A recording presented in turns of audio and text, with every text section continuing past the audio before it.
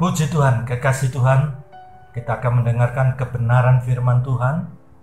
Dan ini kesempatan yang sangat berharga, karena Tuhan Yesus Kristus sendiri menyatakan langit dan bumi akan lenyap, tetapi firman Tuhan itu kekal selama-lamanya. Kita simpan firman Tuhan di dalam lubuk hati kita paling dalam, karena Amsal pasal 4 ayat 22 menyatakan, simpan firman itu di lubuk hati yang paling dalam, dan itu menjadi kehidupan bagi mereka yang mendapatkannya, dan kesembuhan. Bahkan firman Tuhan menulis kesembuhan bagi seluruh tubuhmu. Luar biasa, ini firman Tuhan menyatakan. Nah, simpan firman dalam lubuk hati kita yang paling dalam. Puji Tuhan, mari kita berdoa. Bapa Surgawi, kami akan mendengarkan kebenaran firman Tuhan. Dan kebenaran firman ini adalah Yesus sendiri. Kami cinta Yesus Kristus, dan kami cinta firman Tuhan. Karena firman Tuhan telah menjadi manusia, yaitu Yesus Kristus. Mari pengurapan Roh Kudus atas kami semuanya. Kami sambut firman Tuhan dalam nama Tuhan Yesus Kristus. Amin. Kekasih Tuhan, kita akan belajar kebenaran yang sangat penting. Kematian dan kebangkitan Yesus Kristus. Ini kebenaran yang menyatakan salib Kristus. Rasul Paulus katakan di dalam 1 Korintus pasal 1 ayat 18. Berita salib bagi manusia yang akan binasa itu kebodohan, tetapi bagi mereka yang percaya, itu adalah kekuatan Tuhan, power yang dari Tuhan. Di sini kita perlu memahami kematian dan kebangkitan Yesus. Kita membaca dalam Filipi pasal 3 ayat 10 sampai dengan 14. Rasul Paulus menyatakan, yang ku kehendaki. Di sini bukan menyatakan keegoisan dari Rasul Paulus, bukan. Ini satu komitmen dari Rasul Paulus. Komitmen ini kalau kita perhatikan dalam bahasa sehari-hari seringkali diterjemahkan janji setia. Ini satu pernyataan pribadi, kemantapan, keteguhan Rasul Paulus di dalam kehidupannya. Kita membaca, yang ku kehendaki ialah mengenal Yesus dan kuasa kebangkitan Yesus dan persekutuan dalam penderitaannya, di mana aku menjadi serupa dengan Yesus dalam kematiannya, supaya aku akhirnya beroleh kebangkitan dari antara orang mati.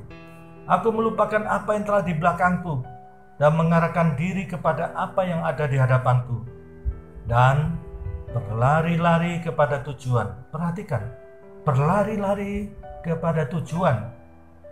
Begitu pentingnya sampai Rasul Paulus menyatakan untuk sampai kepada tujuan itu seusaha semaksimal begitu rupa sampai berlari-lari. Untuk apa? Untuk memperoleh hadiah, yaitu panggilan surgawi dari Allah dalam Kristus Yesus. Amin. Kekasih Tuhan, kita sudah membaca dan mendengar Rasul Paulus itu tujuan hidupnya, lihat, panggilan surga. Dan surga di sini jelas surga Yesus Kristus. Alkitab menyatakan surga Yesus Kristus, surga yang suci, yang kudus, mulia. Saya bangga dengan surganya Yesus. Kekasih Tuhan, manusia pada umumnya kalau ditanya tujuan hidupnya apa, coba tanya anak-anak yang masih remaja, tujuan hidupnya apa? Oh, saya ingin jadi dokter, saya ingin jadi insinyur. Ya. Lihat, Rasul Paulus ini tujuan hidupnya adalah panggilan surgawi di dalam Yesus Kristus. Ini, dan apa yang dinyatakan Rasul Paulus ini sesadar-sadarnya, karena dia seorang cendekiawan. Dia ahli Taurat, ahli filsafat. Dalam filsafat itu kita belajar ilmu nalar, ilmu logika. Jadi Rasul Paulus ini berpikir logika. Dia ahli teologi, ahli misi, ahli apologetika. Lihat, dia seorang cendekiawan. Tapi lihat, tujuan hidupnya adalah panggilan surgawi. Surganya Yesus Kristus. Kekasih Tuhan, manusia pada umumnya tujuan hidupnya adalah hal-hal duniawi ini yang akan dicapainya. Perhatikan baik-baik. Umumnya, kalau setiap pribadi mendengar apa yang dinyatakan Rasul Paulus ini, gimana sih Rasul Paulus ini? Kok bicara surga? Saya ini masih di atas daratan, bukan di awan-awan. Saya menghadapi kenyataan hidup. Saya membutuhkan sandang pangan papan. Kok bicara surga? Ya.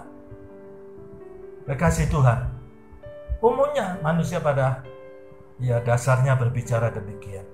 Saya butuh kontrak rumah. Saya butuh untuk kehidupan sehari-hari, listrik, air, makanan, SPP untuk anak-anak, dan kebutuhan-kebutuhan yang ada dalam kehidupan sehari-hari. Itu jelas di depan mata kita, Pak Sen. Masa bicara tentang surga? Ya. Tetapi Rasul Paulus ini luar biasa. Dia seorang jenius. Dia tahu betul sesadar-sadarnya bahwa dia masih di atas daratan, bukan di awan-awan, menghadapi dinamika hidup, kebutuhan hidup sehari-hari, tantangan, kesulitan, kesukaran. Nah, ini dalam menjalani dinamika hidup ini, Rasul Paulus menyatakan satu pernyataan, komitmen yang ku kehendaki ialah mengenal Yesus. 1, 2, kuasa kebangkitannya. 3, dan persekutuan dalam penderitaannya, di mana aku menjadi serupa dengan Yesus dalam kematian Yesus, supaya aku akhirnya beroleh kebangkitan dari antara orang mati. Kekasih Tuhan, kalau kita memperhatikan ketika Yesus ada di dunia ini, kalau saya memperhatikan dalam Matius pasal 8 ayat 16, Matius pasal 8 ayat 16, menjelang malam dibawalah kepada Yesus banyak orang yang kerasukan setan, dan dengan sepatah kata, Yesus mengusir roh-roh itu dan menyembuhkan orang-orang yang menderita sakit. Hal itu terjadi supaya genaplah firman yang disampaikan oleh Nabi Yesaya. Yesuslah, dialah Mesias itu. Nabi Yesaya menyampaikan nubuatan tentang kedatangan Mesias, dan kita tentunya akan menyatakan dengan mantap Mesias yang dinubuatkan di sini. Dikatakan dialah yang memikul kelemahan kita dan menanggung penyakit kita. Kita akan mantap mengatakan Mesias yang dikatakan di sini adalah Yesus Kristus. Yesus Kristus. Kalau saudara memperhatikan nubuatan Nabi Yesaya pasal 9 ayat 5 dan 6, sang anak, sang putra itu dikatakan lambang pemerintahan ada di atas bahunya, dan dia disebut dengan 7 sebutan supranatural, penasihat ajaib, Tuhan yang perkasa, Bapa yang kekal, Raja damai, besar kekuasaannya, damai sejahteranya tidak berkesudahan, kerajaannya adalah keadilan dan kebenaran dari sekarang sampai selama-lamanya. Dan ditegaskan, kecemburuan Allah akan melaksanakan. Di sini cemburu, di sini bukan cemburunya orang pacaran, bukan. Terjemahan yang tepat yang lebih mendekati adalah kedaulatan Tuhan. kedaulatan Tuhan akan melaksanakan. Kasih Tuhan, dan kita perhatikan dengan mantap. Siapa lagi kalau bukan Yesus? Kita perhatikan secara hidup manusia, tokoh-tokoh siapakah yang bisa sebagai penggenapan nubuatan Nabi Yesaya ini? Kita semua akan mengaminkan Yesus Kristus. Puji Tuhan. Kekasih Tuhan, dikatakan apa? Memikul kelemahan kita. Memikul kelemahan kita.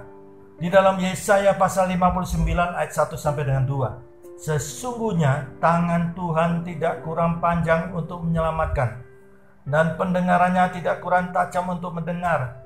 Tetapi yang merupakan pemisah antara kamu dan Allahmu ialah segala kejahatanmu, dan yang membuat dia menyembunyikan diri terhadap kamu, sehingga ia tidak mendengar, ialah segala dosamu. Puji Tuhan, kekasih Tuhan. Nabi Yesaya juga bernubuat bahwa Mesias itu mengerjakan karya yang agung dengan kematian dan kebangkitannya itu. Di dalam Yesaya pasal 1 ayat 18. Marilah baiklah kita berperkara, sampai sedemikian dikatakan, mari kita berperkara. Firman Tuhan, ini firman Tuhan yang menyatakan, mari kita berperkara. Dalam hal apa? Sekalipun dosamu merah seperti kemisi, akan menjadi putih seperti salju. Sekalipun berwarna merah seperti kain kesumba, akan menjadi putih seperti bulu domba. Puji Tuhan. Seberat apapun dosa saudara, seberat apapun, kekasih Tuhan, lihat, luar biasa. Darah Yesus Kristus menghapus dosa kita. Luar biasa. Di dalam Ibrani pasal 9 ayat 22. Dan hampir segala sesuatu disucikan menurut hukum Taurat dengan darah. Dan tanpa penumpahan darah tidak ada pengampunan. Lihat di dalam Mazmur 130 ayat 3 sampai dengan 4. Jika engkau ya Tuhan mengingat-ingat kesalahan-kesalahan kami, Tuhan siapakah yang dapat tahan? Tetapi padamu ada pengampunan, supaya engkau ditakuti Tuhan. Kekasih Tuhan, betapa Tuhan itu Maha Pengasih, Maha Penyayang. Tuhan tahu kita ini banyak kelemahan. Tetapi kalau kita mau datang kepada Yesus Kristus, lihat, kita mendapat pengampunan dosa. Kita lihat betapa lebihnya darah Kristus. Betapa lebihnya darah Kristus. Ibrani pasal 9 ayat 12-13. Ia telah masuk satu kali untuk selama-lamanya ke dalam tempat yang kudus dengan membawa darahnya sendiri. Sebab jika darah domba jantan dan darah lembu jantan menguduskan mereka yang najis, sehingga mereka disucikan secara lahiriah, betapa lebihnya darah Kristus. Lihat betapa lebihnya darah Kristus, sampai akan menyucikan hati nurani kita dari perbuatan-perbuatan yang sia-sia, supaya kita dapat beribadah kepada Tuhan yang hidup. Ini saudara, luar biasa. Dan lebih dahsyat lagi, di dalam 1 Petrus pasal 1 ayat 18, kita ditebus dari cara hidup yang sia-sia. Oleh apa? Oleh darah Yesus Kristus. 1 Petrus 1 ayat 18, sebab kamu tahu bahwa kamu telah ditebus dari cara hidupmu yang sia-sia, yang kamu warisi dari nenek moyangmu. Itu bukan dengan barang yang fana, bukan pula dengan perak atau emas, melainkan dengan apa? Dengan darah yang mahal, yaitu darah Kristus, darah Yesus Kristus, yang sama seperti darah anak domba yang tak bernoda dan tak bercacat. Perhatikan baik-baik, yang tak bernoda dan tak bercacat. Di sini saya mempunyai keyakinan tidak ada setitik celah pun. Darah Yesus Kristus, darah yang sempurna, yang suci, yang kudus, tidak bernoda dan tidak bercacat. Itu sebabnya saya punya keyakinan, apapun kekuatan duniawi ini, apa yang ada di dalam kekuatan kuasa-kuasa yang ada di dalam dunia ini. Kekuatan mungkin dikatakan dahsyat, kekuatan yang hebat, tidak bisa menembus darah Yesus. Ini darah yang tak bernoda dan tak bercacat, sedemikian sempurnanya, sehingga saya punya keyakinan betapa pentingnya kita selalu berdoa supaya keluarga kita dilindungi dengan darah Yesus Kristus. Saya ingat seorang dukun Afrika bertobat menjadi seorang pendeta. Dia bersaksi tentang kehidupan masa lalunya sebagai seorang dukun yang terkenal di Afrika. Dia bisa melihat alam roh kegelapan. Nah, di situ dia menceritakan setiap keluarga yang tidak dilindungi dengan darah Yesus Kristus, itu sasaran empuk pekerjaan iblis. Kita perhatikan dalam Yohanes pasal 10 ayat 10a. Pencuri datang untuk mencuri, membunuh, membinasakan. Itu pekerjaan iblis. Dia selalu mencari celah. Kalau saudara perhatikan dalam Efesus pasal 4 ayat 26-27. Lihat Rasul Paulus katakan kepada manusia baru loh. Itu konteks manusia baru pasal 4. Apabila kamu menjadi marah. Nah, apabila kita menjadi marah, jangan sampai matahari terbenam. Ya, apabila kamu menjadi marah, jangan sampai berbuat dosa. Lihat, jangan sampai berbuat dosa. Kita bisa marah ya, tapi kepala dingin ya. Jangan sampai kemudian terjadi sesuatu yang tidak diharapkan. Kemudian aku kilap. Ya, perhatikan. Jangan berbuat dosa. Dan jangan sampai matahari terbenam. Dan kalimat berikutnya ini seringkali tidak diperhatikan. Jangan beri kesempatan kepada iblis. Jangan beri kesempatan kepada iblis. Loh, lihat. Iblis ini juga doyan yang celah-celah yang kecil-kecil itu. Bukan maaf, kerucuk-kerucuk. Antek-anteknya.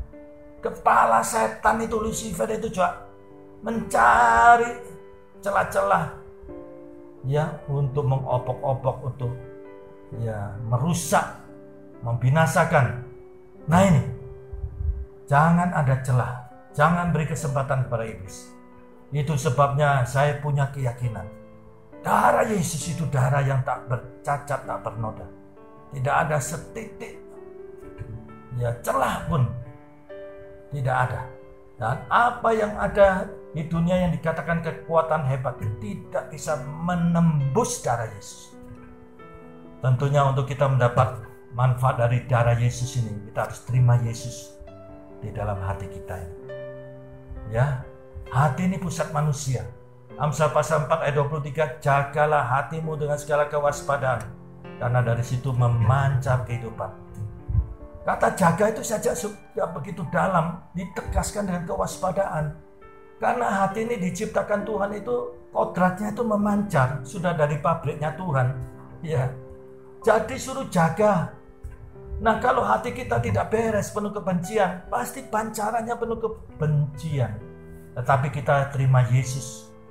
Sebagaimana Yohanes 1 ayat 12, terima Yesus. Kita yang percaya kepada Yesus, kita diberi hak untuk menjadi anak-anak Allah. Demikian juga Kolose pasal 2 ayat 6. Kita yang terima Yesus, hendaklah kita tetap di dalam Yesus. Nah, ini komitmen. Dan perhatikan juga di dalam Wahyu pasal 3. Ya. Kita perhatikan ayat 20. Yesus mengetuk hati kita. Kita tulis Yesus mengetuk pintu. Pintu, barang siapa membuka pintu, Yesus masuk, makan bersama-sama dan dia bersama-sama dengan Yesus. Di sini perhatikan, ya, yang dimasukkan pintu hati kita ini. Kita sebagai tuan rumah dari kehidupan kita ini. Kita harus membuka pintu, mengundang Yesus, menerima Yesus. Yesus mengetuk pintu hati kita. Tentunya dia tidak mungkin lewat jendela, ya, bisa ditirakin maling. Ya, pintu hati kita. Yesus mengetuk. Nah, di sini kita harus menerima, bukan saja percaya. Kalau percaya, kita perhatikan dalam bahasa Yunani pistis. Iblis pun juga percaya dalam Yakobus, bahkan sampai gemeter. Nah ini, kalau seorang ditanya, kamu percaya Yesus? Dengan rileks, oh saya percaya Pak Sewi, saya percaya. Tapi iblis sampai gemeter. Nah, jadi di sini seorang yang mau lahir baru, menjadi ciptaan baru di dalam Kristus, dia perlu membuka pintu hatinya, mengundang Yesus masuk. Dan di sini Yesus makan bersama-sama dan dia bersama-sama dengan Yesus. Inilah persekutuan pribadi. Esensi iman Kristen 1 Korintus 1 ayat 9. Kita dipanggil di dalam persekutuan dengan Yesus Kristus. Ini prinsip. Esensi iman Kristen, kita dipanggil dalam persekutuan dengan Yesus Kristus. Itu sebabnya Yesus Kristus mengajarkan tentang pokok anggur dan carang-carangnya. Yohanes 15. Bahkan Yesus tegaskan, di luar aku engkau tidak bisa berbuat apa-apa. Yesus menyatakan, kalau engkau di dalamku dan firmanku di dalam engkau, apa saja yang kamu kehendaki. Nah, kalau kita penuh firman, pasti kehendaknya itu tidak nyeleneh. Engkau akan menerimanya. Supaya apa? Supaya Bapa itu dipermuliakan. Dengan demikian, disinilah maka nyata menjadi kemasyhuran Yesus, nama Yesus Kristus. Kita dengan sendirinya terlihat sebagai murid-murid Kristus. Nah ini, selanjutnya kita perhatikan kekasih Tuhan. Darah Yesus bicara lebih kuat dari darah Habel. Di dalam Ibrani pasal 12 ayat 24. Yesus pengantara perjanjian baru dan kepada darah pemercikan yang berbicara lebih kuat. Ini darah Yesus. Lebih kuat daripada darah Habel. Lihat betapa dahsyatnya darah Tuhan Yesus. Nah, selanjutnya dikatakan apa? Menanggung penyakit kita. Ia sendiri telah memikul dosa kita di dalam darahnya di kayu salib. Lihat. Supaya kita yang telah mati terhadap dosa hidup untuk kebenaran. Oleh pilu-pilunya kamu telah sembuh. Luar biasa pengorbanan Yesus, saudara. Dia berkorban, mengalami penderitaan jasmania dan batinia. Kekasih Tuhan, kita perhatikan. Dia rela menanggung semuanya itu. Bukan terpaksa, bukan. Kalau saya membaca 1 Petrus pasal 2 ayat 21 sampai dengan 24. Luar biasa kekasih Tuhan. Iya, dia menanggung semua. Iya, apa yang menjadi beban kita, kehidupan kita ini. Lihat, ya, sangat jelas sekali di dalam 1 Petrus dia menghadapi semuanya itu. Penderitaan jasmania, batinia. Dan Rasul Petrus menunjukkan karakter yang agung dari Yesus Kristus. Ketika Yesus menderita, dia tidak berbuat dosa. Dia tidak menipu. Coba, biasanya orang kalau sedang kalut, pikirannya sudah sumpek, mampet, judek, itu bisa menghalalkan segala cara. Pokoknya urusanku beres, wis sembarangnya opo ae. Pokok hari ini harus selesai. Nah, segala cara, menghalalkan segala cara. Tapi Yesus lihat penderitaannya yang luar biasa. Dia tidak berbuat dosa. Dia komitmen. Dia tidak menipu. Dia tidak mengancam. Coba lihat beberapa orang ketika menghadapi kesulitan, kesukaran, ancaman-ancaman keluar dari mulutnya. Dan dia tidak mencaci maki. Sampai apa? Sampai mati, kekasih Tuhan. Disitulah saya bangga dengan karakternya Yesus Kristus. Karakter yang mulia. Karakter yang agung. Dia rela untuk menanggung semuanya. Dia rela. Inilah yang arti ikhlas sesungguhnya. Kalau ikhlas dalam pandangan duniawi di daerah kita sekarang ini, di dalam pergaulan sehari-hari sering disebut ikhlas ya, nerimo. Tapi ikhlas kalau kita belajar dalam Alkitab itu bukan saja menerima, tapi memberi, memberkati. Luar biasa. Lihat pengorbanan Yesus, memikul dosa kita, bahkan memikul kelemahan kita dan sakit penyakit kita, sampai ditegaskan apa? Oleh bilur-bilurnya kamu telah sembuh. Oh, luar biasa kekasih Tuhan. Oleh bilur-bilurnya kamu telah sembuh. Kekasih Tuhan, ada yang bertanya kepada saya, Pak Sewi, tapi kenyataannya kok ada yang sudah sedemikian rupa, bergumul, puasa, doa puasa sampai jengkang-jengking, mati Pak Sewi. Bahkan pendeta pun ada yang kena COVID, mati juga. Bahkan pendeta yang mengadakan KKR kesembuhan di Amerika Serikat, KKR kesembuhan ilahi loh Pak Sewi, juga mati kena wabah virus corona. Nah, gimana tentang kebenaran firman Tuhan ini? Apakah janji Tuhan dari sekian banyak janji Tuhan ini, apakah untuk makhluk-makhluk yang ada di planet Mars, Jupiter, Venus, apakah untuk malaikat-malaikat yang suci itu, apakah hanya untuk pendeta-pendeta KKR internasional, penginjil-penginjil KKR kesembuhan internasional? Saya beritahu saudara, satu hal yang harus kita perhatikan, bahwa kita tidak boleh menghakimi. Mungkin saudara melihat, loh kenyataannya kok begini ya? Firman Tuhan berbicara begini. Kalau saya kekasih Tuhan, saya percaya firman Tuhan. Saya percaya firman Tuhan. Firman Tuhan adalah ya dan amin. Jangan kita melihat kenyataan-kenyataan yang ada, karena manusia sudah jatuh dalam dosa. Dan kita tidak tahu bagaimana kehidupan duniawi ini. Dan kita dilarang untuk menghakimi. Jangan sampai kita mengatakan, oh ada sesuatu yang something wrong. Sering saya dengar itu kata-kata ada something wrong. Aduh kasihan ya. Mereka sudah sakit, kena kanker. Terus penginjil-penginjil datang. Nah ini bertobat ya. Kamu pasti ada dosa yang belum dibereskan. Sudah sakit, ditambah beban lagi. Dan lebih parah lagi. Ada something wrong kamu. Saya sebagai gembala GBPS Jemaat Sawan, sering kali saya memberi nasihat kepada visitasi hamba-hamba Tuhan, aktivis jemaat yang berbeban pelayanan, untuk bersih, jangan sampai menghakimi. Ini perlu diperhatikan. Jangan bilang kamu ada dosa, ada something wrong, bertobat.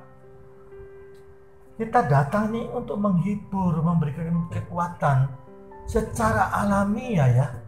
Orang yang sakit itu secara manusiawi pasti dia akan koreksi hidupnya tanpa kita suruh. Pasti itu. Itu manusiawi, alamiah. Dia akan koreksi dirinya, dia akan datang minta ampun sama Tuhan. Tugas kita adalah menghibur, menguatkan. Kita sampaikan firman Tuhan yang memberikan kesembuhan, penghiburan. Nah ini, dan jangan lupa Yesus Kristus itulah pusat membawa kabar baik, berita salib. Karena berita salib itu ada power, ada kekuatan dari Tuhan. Puji Tuhan. Mari kita berdoa. Bapa Surgawi, kami bersyukur pada saat ini kebenaran firman Tuhan bisa kami sampaikan. Kami punya Yesus Kristus. Orang yang berharap kepada Yesus Kristus tidak akan dikecewakan, tidak akan dipermalukan, karena Yesus Kristus sudah menyatakan sendiri. Dan Yesus Kristus tidak berubah baik kemarin, hari ini, dan sampai selama-lamanya. Terpujilah Bapa, Putra, dan Roh Kudus. Kami berdoa Tuhan untuk kondisi Indonesia ini, wabah pandemi, wabah virus COVID-19 Corona ini Tuhan, kami yakin Tuhan, kami yakin Tuhan berdaulat. Kami hanyalah hamba, kami manusia, umat-Mu Tuhan. Kami adalah anak-anak-Mu ya Tuhan. Kami memohon belas kasihan Tuhan. Mari Tuhan, untuk bangsa negara kami Indonesia, supaya para dokter bisa menemukan vaksin, obat untuk virus corona ini. Para pemimpin kami, Presiden Jokowi, para menteri, pejabat-pejabat, supaya mereka diberi hikmat untuk mengatur situasi kondisi negara kami, Republik Indonesia. Mari, kami percaya Tuhan berdaulat. Tuhan pasti menolong bangsa ini. Dalam nama Tuhan Yesus Kristus. Amin.